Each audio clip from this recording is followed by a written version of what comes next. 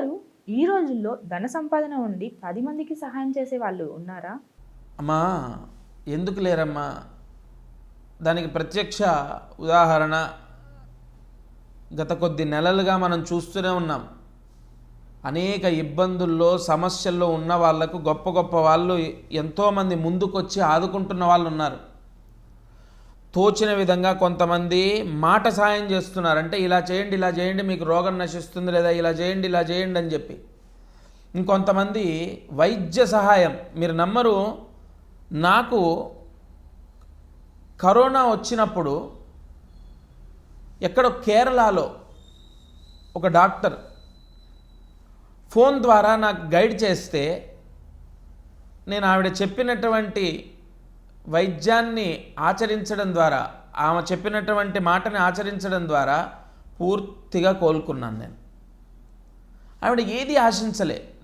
నేను గురువుగారు అన్న భావన కూడా ఉందో లేదో, అసలు ఆమెకు తెలుసో లేదో కూడా తెలియదు.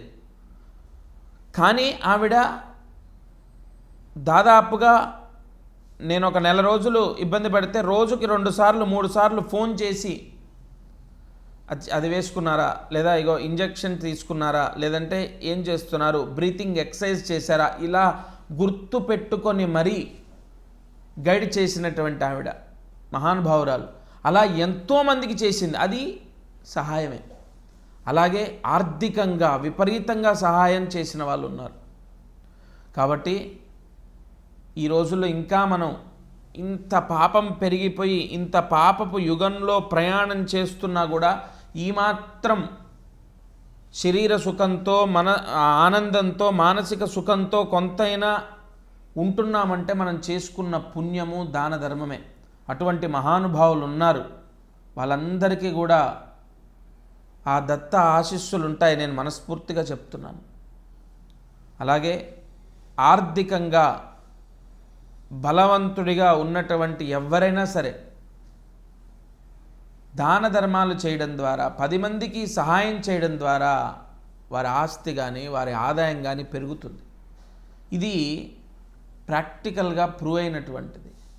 చాలామంది దీన్ని అవును అని ఒప్పుకున్న వాళ్ళు ఉన్నారు.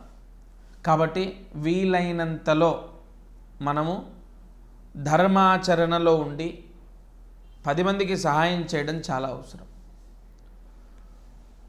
జయ గురు Dattatreya. Like and subscribe Eagle Media Works.